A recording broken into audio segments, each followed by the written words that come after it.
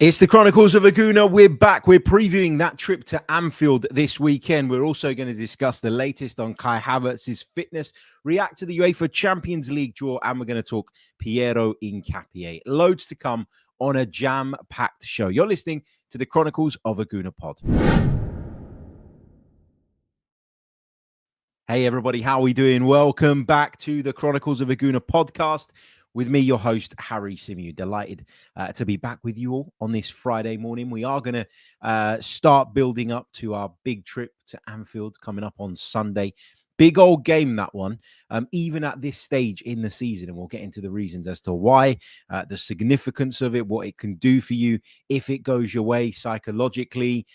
The fact that it's early in the season, does that make it easier to dust off any potential disappointment? We'll get into all the different elements and all the different aspects of that big game as we work our way through the show. Apologies to our live viewers for being a little bit late today. I pushed the stream back a few minutes and I was still late. Let me just tell you this, guys. I mean, dealing with 2 kids can be challenging and difficult. Dealing with 3, my God. Like, you think you've resolved one situation, then you move on to the second. And normally at 2, that would have been it for me. You know, they're both cool. They're both doing what they're supposed to be doing. They've been separated so that there's no petty, silly little arguments over this toy or that toy. And you're like, this is bliss. This is great.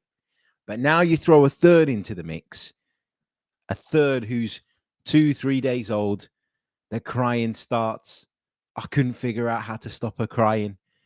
There's nothing quite like mummy's touch, is there, for a newborn baby? So yeah, that's why I'm late. We're still trying to get to grips with it, or we're still trying to find that dynamic, because at the moment it is proving very, very difficult. Fair play to my wife, because she's an absolute trooper.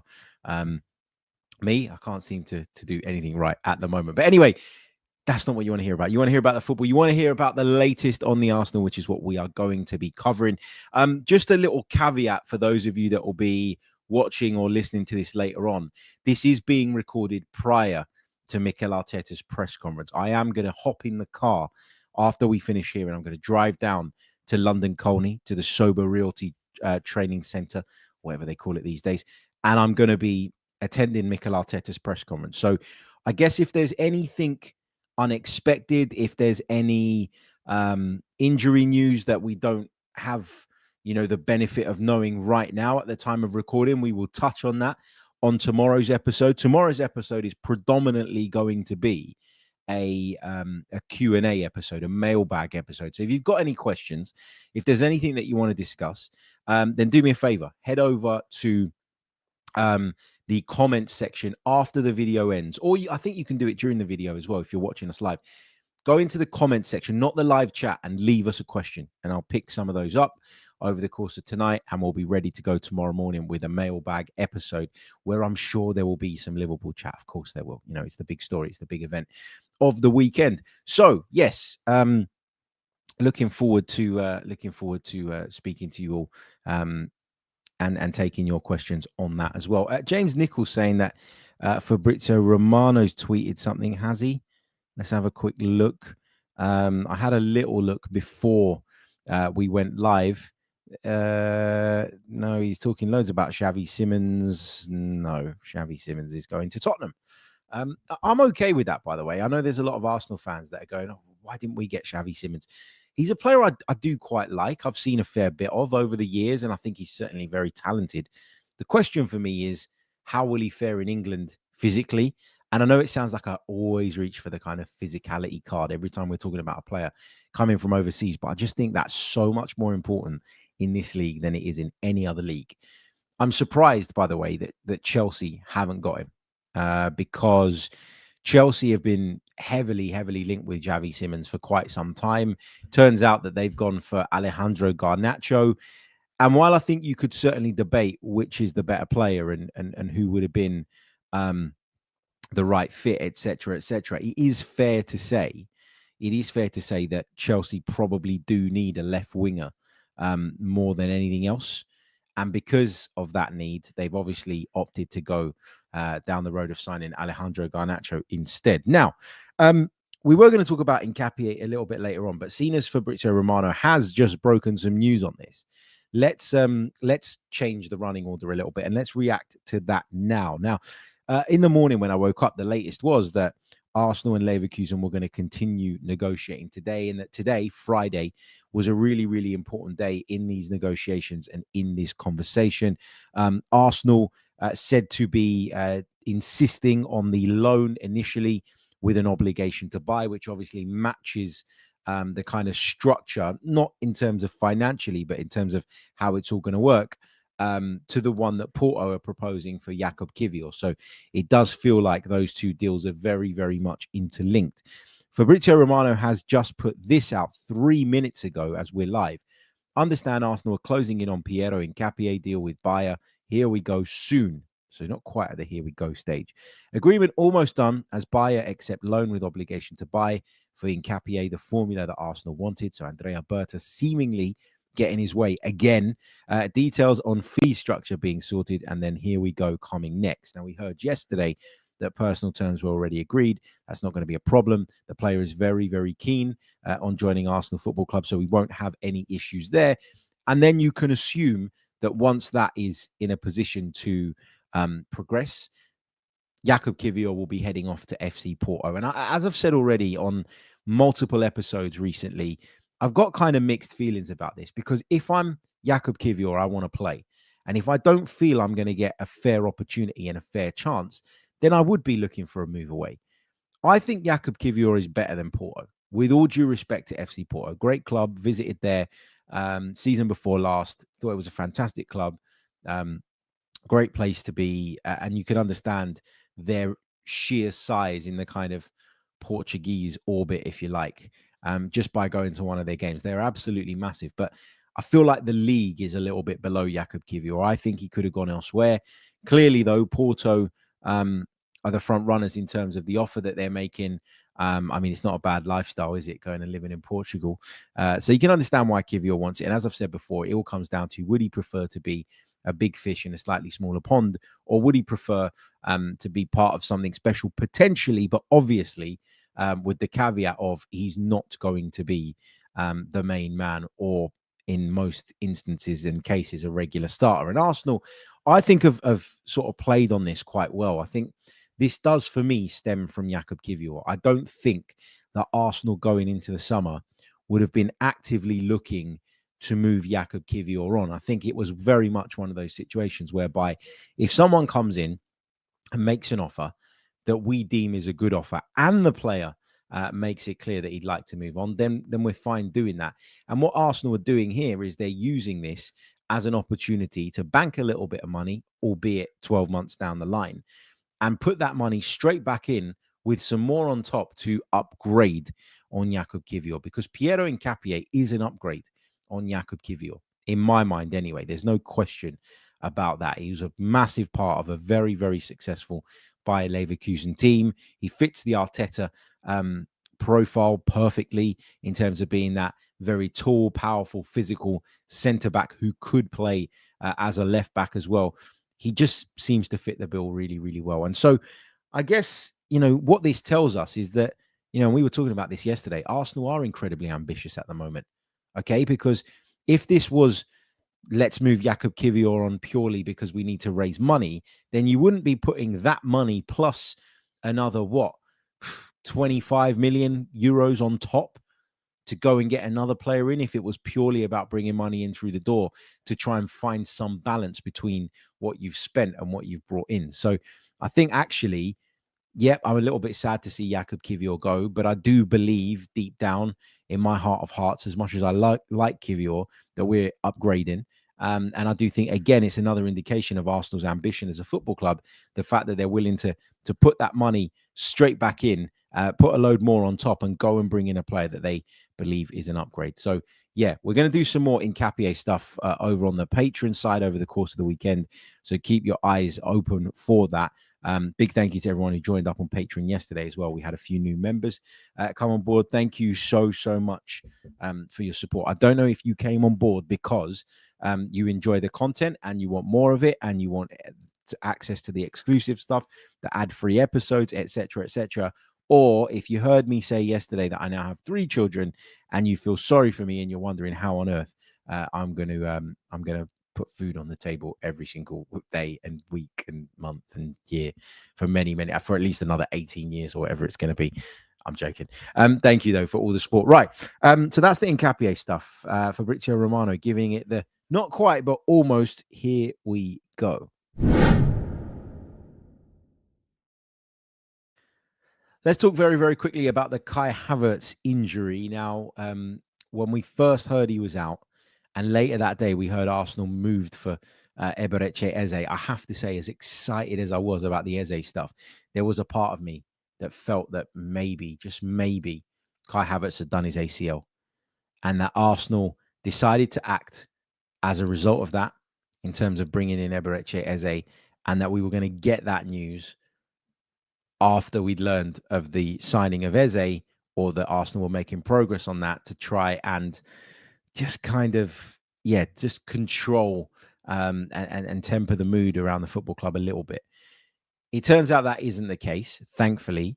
And what we got from David Ornstein yesterday, late yesterday, was that Kai Havertz has undergone surgery, which was always on the cards. Now, what we heard initially was that this was something that the club were going to try and manage without surgery, that they were going to give it a week or so and see if they could manage the situation, as I say, without putting him under the knife. In the end, they decided that surgery was the best course of action. We're told that the procedure that Kai Havertz has undergone is not a major one. A lengthy absence is not expected. And so what I would say on this is, while it's not ideal, of course it's not ideal, it's much better news than it could have been. And I think Kai Havertz is really, really important to the squad and to the depth. You know, we've talked a lot about Victor Gyökeres in these opening weeks of the season, and a lot of people have sort of questioned this start. Obviously got a couple of goals against Leeds, which I think is massive. And, you know, he's not always going to play brilliantly, Victor Gyökeres. His all-round game isn't, I would argue, that great, but does it need to be? I mean, I don't think Erling Haaland's all-round game is that great, but look at how many goals he scores.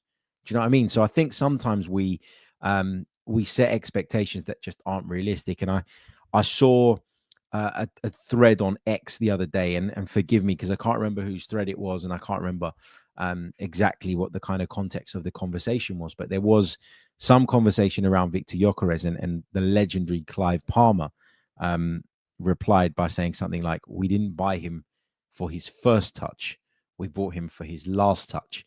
And that is absolutely spot on. I think, you know, Victor Gyökeres, if he gets goals, nobody's really going to hone in too much and focus too much on what his all-round game looks like, as long as he's doing the business in front of goal. And whether you thought his performance at Manchester United was worrying or alarming, whether you thought that, again, maybe particularly in the first half he underwhelmed against Leeds, ultimately he's got 2 goals in 2 Premier League games. And I don't think you could have really asked for much more than that in terms of a sort of start to life in England, or back in England, I should say, and in the Premier League for the first time. So, yeah, really, really good news about Havertz, because I think he's going to be really important. I think it's important that we have backup to Gyökeres. It's important that we have something slightly different. It's important that we utilize both of them over the course of the season. I really, really do believe that. So, yeah, as I say, not ideal news, but certainly better news than I probably expected it to be on the Kai Havertz injury front. Right. Let's move on. Let's talk Champions League draw. That took place yesterday at 5 p.m. What on earth was that about? Champions League draws should be at 11 a.m. period. Why on earth we want a Champions League draw at bloody 5 p.m? I'll never know. Like, it's dinner time. I want to sit down and start getting ready to have my dinner. I don't want to be sitting there glued to the TV watching all the sort of ceremonial nonsense that goes on before those draws. My God, I feel like it gets worse and worse every year. There was a bit that did make me laugh, though, and I'm sure you guys would have seen it if you watched the draw. There was a question put to Zlatan Ibrahimovic, who was, of course, helping, wasn't he, in the draw? He was a part of the draw process.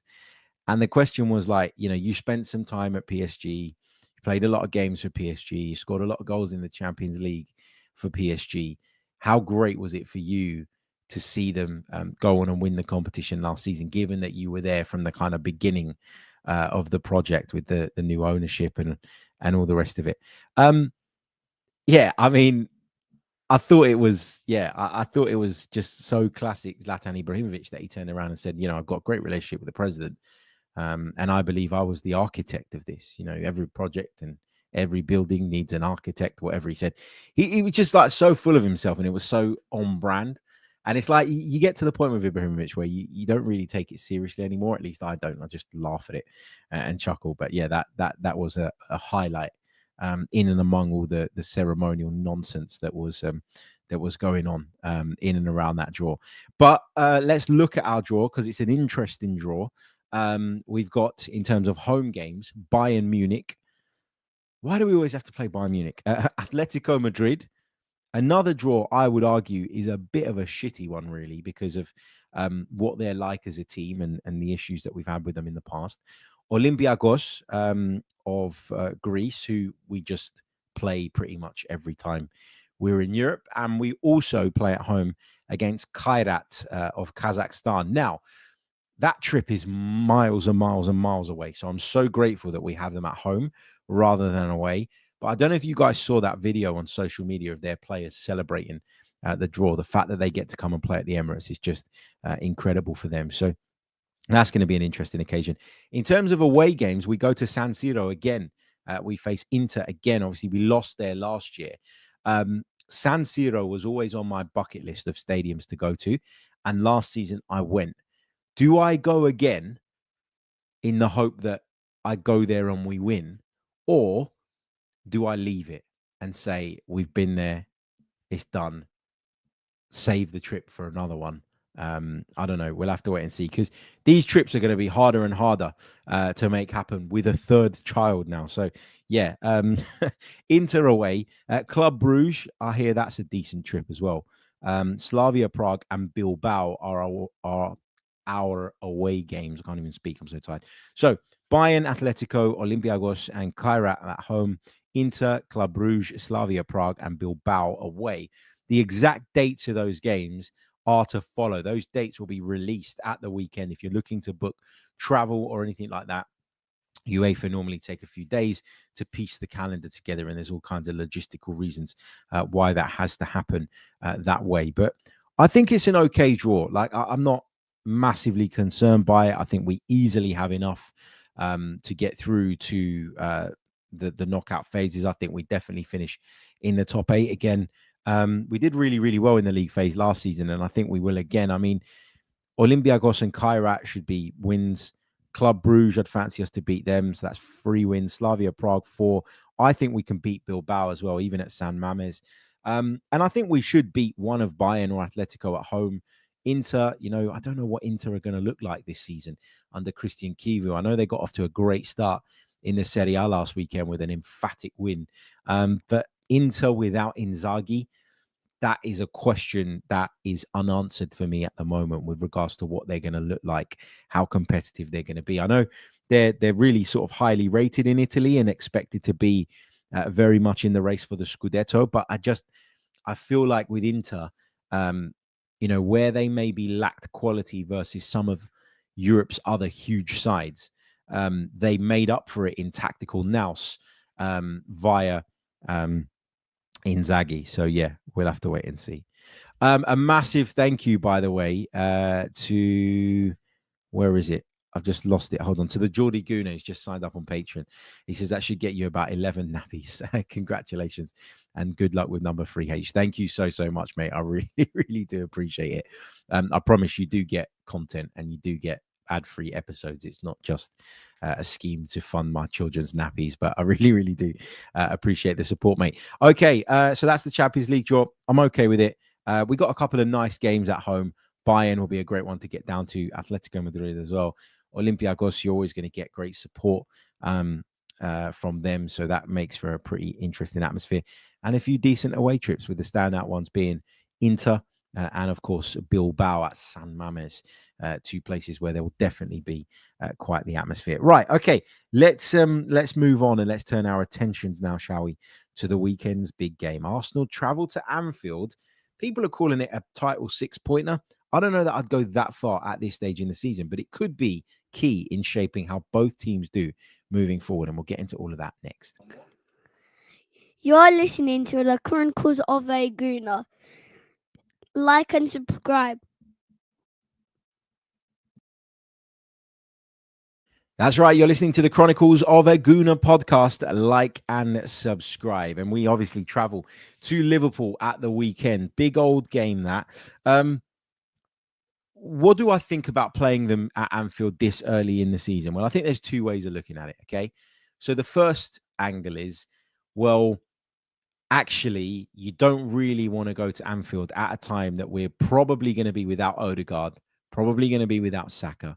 In fact, definitely Saka, I would argue. We're going to be without Havertz. We might be without Ben White. And we're not sure yet about the situation around Christian Norgard. So you could make the case that actually this isn't great timing. Arsenal haven't played amazingly well at the start of the campaign so far. I thought we were better in stages against Leeds, but there were still long periods in the game where I felt we lacked creativity and we struggled to play the kind of free-flowing attacking football that we all desperately want to see. But Arsenal have picked up results so far because they've been efficient. And so, I've kind of got mixed feelings on sort of where we're at. As for Anfield itself, there's not a time ever that I want to go to Anfield. There's not a time ever that I look at Arsenal traveling up there and I think, yeah, this is a great time to be going there. It's always a difficult place to go. It's one of the great football grounds in this country for a reason. It's a fortress for Liverpool. And so I don't think there's ever a great time. What I would argue, though, is that getting this game out of the way nice and early and with plenty of time to be able to put right any wrongs, I think that serves us well. I'd much rather be playing this game in August than in April or May. So I'm happy in that sense. In terms of Liverpool's start to the season, I think it's been an interesting start from Liverpool, actually. I was confident that they'd go into the season showing off their firepower as they have. I was confident that they would score goals. I was confident that they'd be really, really difficult to handle in that sense. I wasn't expecting them to be as fragile as they have been defensively, though. I think that's where Liverpool have surprised me a little bit. Hugo Ekitike's coming up front and done really, really well. Florian Wirtz is getting there, I think. I certainly can see why Liverpool were willing to go and buy him. I do think it was a big risk given the amount of money that he's spent, but maybe that's just old school me that doesn't feel like any player should go for north of 100 million. But here we are. They've got a lot of talent within that side. They brought two new fullbacks in, which I think has maybe contributed to just unsettling them a little bit defensively. Konate's not been great at the start of the season. They were 2-0 up at Newcastle just the other night, earlier this week. And I have to say at that point, I thought, this is a real sort of potential champions performance. And it worried me a little bit. But Newcastle fought their way back to 2-2. And while some people will say, well, it was exactly what champions do, the fact that Liverpool went down the other end in the 100th minute and scored a winning goal, I'm not really reading it that way, to be honest with you. I think actually Liverpool were extremely fortunate to win that game in the end, given that Newcastle were the better team for large periods and given that Newcastle had brought it back to 2-2. Now, some people would argue, yeah, but getting a result without playing your best, that is a sign of champions. And we said things of a similar effect, didn't we? When Arsenal went to Old Trafford, didn't play very well, but came away with all 3 points.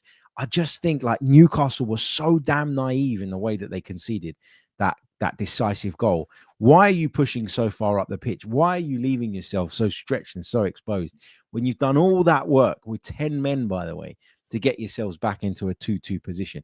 I couldn't understand that. But the thing with Liverpool's defensive fragilities, a bit like what I think we've got at the other end of the pitch, where things just aren't quite working in the way we'd like them to at the moment.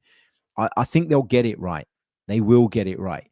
Both teams will get their problems resolved because both have got very good coaches. Both have got very, very good squads with very, very good players in them. And I don't worry that Arsenal's attack is going to be blunt for the entire season, especially not now that we signed Eberechi Eze. And it's bad saying that because we scored 5 against Leeds. But the concern I had after Man United, it's gone away a little bit because of some of the business that we've done. Not so much because of the Leeds performance, but as I say, you bring Eze in. We've seen a little bit more about what the depth in attack can do for us. Gyökeres is off the mark, etc., etc. I think that will come good. I also think Liverpool's defence will come good. Very, very difficult game to predict this on that basis. What we're going to do, though, is talk a little bit about what I think Arsenal's starting 11 should look like. This is not a predicted 11. This is the 11 that I would go with. And I've been going back and forth in my mind on this quite a bit over the last 24 hours. In the end, I settled with this. I went with Raya in goal, Timber at right back because Ben White has been a doubt and I don't know if he's going to be available at the time of recording. Saliba and Gabriel as my two centre-halves.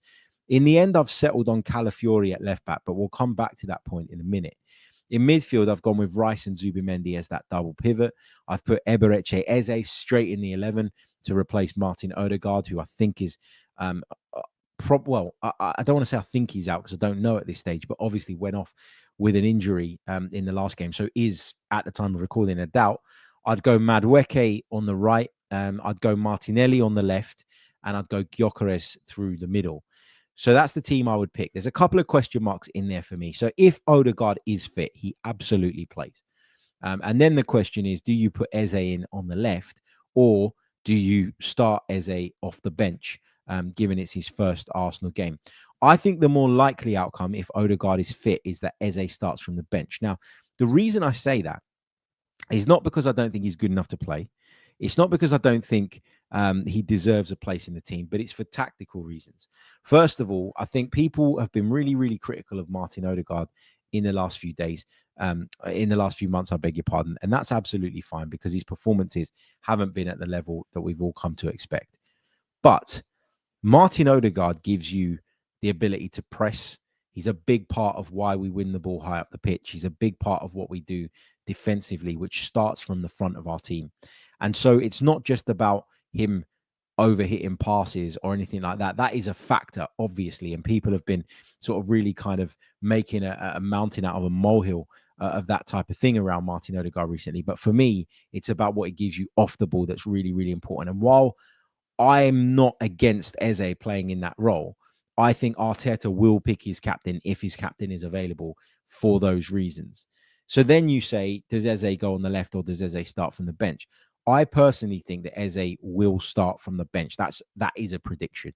And I think that's because Mikel values Gabriel Martinelli's work rate, values Gabriel Martinelli's ability to stretch teams. Gabriel Martinelli feels like an away game type of player. And with Ricardo Calafiori playing at left back, which I think will be the case because he's played really, really well in recent weeks and had a big impact in the attacking end of the pitch. He scored the goal at Old Trafford. He created the goal for Victor Gyökeres against Leeds the other day with that brilliant first-time ball over the top of the defence. For that reason, I think that Mikel will seek that balance on the left-hand side. He'll want to allow Ricardo Calafiori to go and play his game, but he'll also want someone on that left-hand side that can help him out defensively. And Martinelli is the best equipped to do that. Now, that's the team that's what I think Mikel will do. I think he'll go Martinelli, Calafiori. You could make the case that maybe Lewis Skelly should play from left fullback. I just think Calafiori's had such a great start to the season. As long as he's fit, he's got to play. In an ideal world, if everybody was fit, if I was confident that Ben White was fit enough, if I was confident, in all the kind of injury issues that we have right now, I would probably play Timber at left back. And I said this going into the Man United game, with White at right back because, and I'll tell you why, because I think that Timber is the best 1v1 defender that we have. And I'd quite like him to just sit close to Gabriel so that the pair of them can marshal and deal with the threat of Ekitike and Salah combined. I think that that's the way I would set up if I was the Arsenal boss. But, is that what Mikel will do? Again, very, very difficult to say, but, I'm just going through these things in my mind and I'm thinking out loud. If Timber is available, as is Ben White, then Timber plays left back for me and White plays right back with Saliba and Gabriel. And then you've got that back four of White, Saliba, Gabriel and Timber. That is our best defensive back four. Then you play Rice and Zubimendi in midfield. If Odegaard's fit, you play him. If he's not, then you play Eze in that 10 role. But also by playing Timber at left back, a more conventional defender, then I would be more open to seeing Ebere Eze play from the left-hand side and making his full Arsenal debut. Because I would say that in the kind of knowledge that Jurrien Timber is going to be able to defend that left side from left back to a much higher standard than Calafiori will, isn't going to go roaming like Calafiori will probably have some protection from Declan Rice in and around that area as well. So I think the selections that we're going to make going into this game, it's not so much about he's better than him or this player is better than that player or anything like that. I don't really see our squad and our group like that anymore. Like whether it's Timber or White at right back, I'm not that fussed. I like them both. Whether it's Calafiori or Miles Lewis-Skelly at left back, I'm not concerned because I like them both. I think they're both brilliant, but they bring different things. Whether it's Eze or Odegaard, I'm not fussed because I like them both. Whether it's Martinelli or Trossard, again, I think they're both of a similar level. The point is, it's about balance now. We've got lots of options, but you need to be able to select the right players in the right positions at the right time to maintain that balance. And if you do that, then your team can be very, very functional and very, very effective. So for me, it's about finding the right balance. If you play Calafiori at left back away at Anfield, for me, you have to play Martinelli on the left. If you play Timber at left back, then you can play Eze or someone a little bit more forward thinking, a little bit more free in terms of his positioning on that left-hand side than Martinelli. It's all about balance for me. But in the end, the team I settled on, assuming that Odegaard and Saka are both out, and this is at the time of recording Mikel's press conference, is to come in a couple of hours' time. Raya in goal. I'd go Timber at right back, Saliba, Gabriel, and Calafiori, Rice, Zubimendi, Eze, Madueke, Martinelli, and Gyökeres. And I put a post out yesterday on X asking people to share with me their team, what they would pick for this game. And that was assuming that Odegaard and Saka don't make it. And the vast majority said that's what they'd go with. So, yeah, I've gone with the crowd. In terms of a prediction for this one, look, there's no doubt that we're going to have periods where we're under the cosh. There's going to be periods where we are up against it. That's what going to Anfield brings you. Moments where you got to dig deep, moments where you got to dig in. It's not going to be easy. I think we could take advantage of their defensive vulnerabilities, but equally, I think their attacking prowess is going to cause us problems. So I'm going to actually predict a draw here. I don't think you need to go all out to win this one if you're either of these two sides at this stage of the season. Liverpool at home, the onus is on them really, isn't it, to come out and to be the more aggressive side. If Arsenal leave Anfield with a point, then I will be quite satisfied with that. I know people will say, well, if you want to win this league, you got to go and beat them on their own patch, etc., etc. Yes, I get that. But with the injuries that we have and in the context of where this game is taking place in the season, like we're not quite ready yet. We're sort of stuttering along at the moment. We're not quite at our brilliant best. I'd like to see us win, but I don't think we should be so obsessed with a victory that we end up throwing something away because we were naive or stupid in the way that I believe Newcastle United were on Monday night against them. So let's see, do we back ourselves to see the game through without suffering too much damage? Can we hurt them at the other end of the pitch? We absolutely can. Of course, I think my prediction is going to be a 1-1 draw. I don't think we'll keep a clean sheet. I think we'll nick an ugly goal. And I think it'll be 1-1. So that's what I'm going with. Archangel says his heart says 2-1. Head says 1-1. Imran is also going for a 2-1 Arsenal win, but he says he'll take 1-1. For Bant says injuries are always going to be an issue this season, Harry. The manager had 11 to 12 players he kept on playing last season. Yeah, look, injuries are never going to go away. They're never going to go away, but we do have a much better squad. Like, you look at that potential team that I've just named, right? With Madueke coming in on the right-hand side. You feel certainly, whether you like Madueke or not, and I was on the fence about the signing. In fact, I was against the signing initially, and my stance on it has softened over time. I think whether you think he was a good signing or not, you can't deny that at least we actually have a proper right-wing replacement now. Okay, so that in itself makes us stronger. If there's no Odegaard to be the creative hub, having Eberechi Eze come in, that makes a big difference, doesn't it? If you're not sure about Ben White's fitness, having Jurrien Timber who can play at right back is a big deal. If you're you know, if you're worried about Calafiori, you've got Miles Lewis-Skelly there that can do a job. So the depth is there because we're talking about a very, very good and potentially strong Arsenal team, even with the potential of Saka, Odegaard, Havertz, White, and Norgard all being missing. So, yeah, injuries are always going to be a thing. The question is, are we better equipped to cope with them now? And I think we are. What else have we got? There's a lot of confidence in the chat. There's a lot of 2-1 predictions. There's a 3-2 to the Arsenal. There's a 2-2 draw. Listen, there's a 0-0. Listen, I'm never confident going to Anfield. I'm never confident going to Anfield. Why would I be? It's a place that we don't win at very often. It's the home of the reigning champions. I don't think you can go into it confident that you're going to win. As a fan, I think as players, you've got to go there believing that you can absolutely win the game and that you can absolutely take away all 3 points. But I think as fans, we've got to stay a little bit humble and just manage the kind of expectation around this game, because I think a draw would be a very, very, very respectable result. The referee's Chris Kavanagh, who, if I'm not mistaken, famously sends off Arsenal players for flicking the ball away. So we've got to watch out for that. But yeah, my prediction, I'm going to go with the 1-1. I think that's what I'm going to stick with.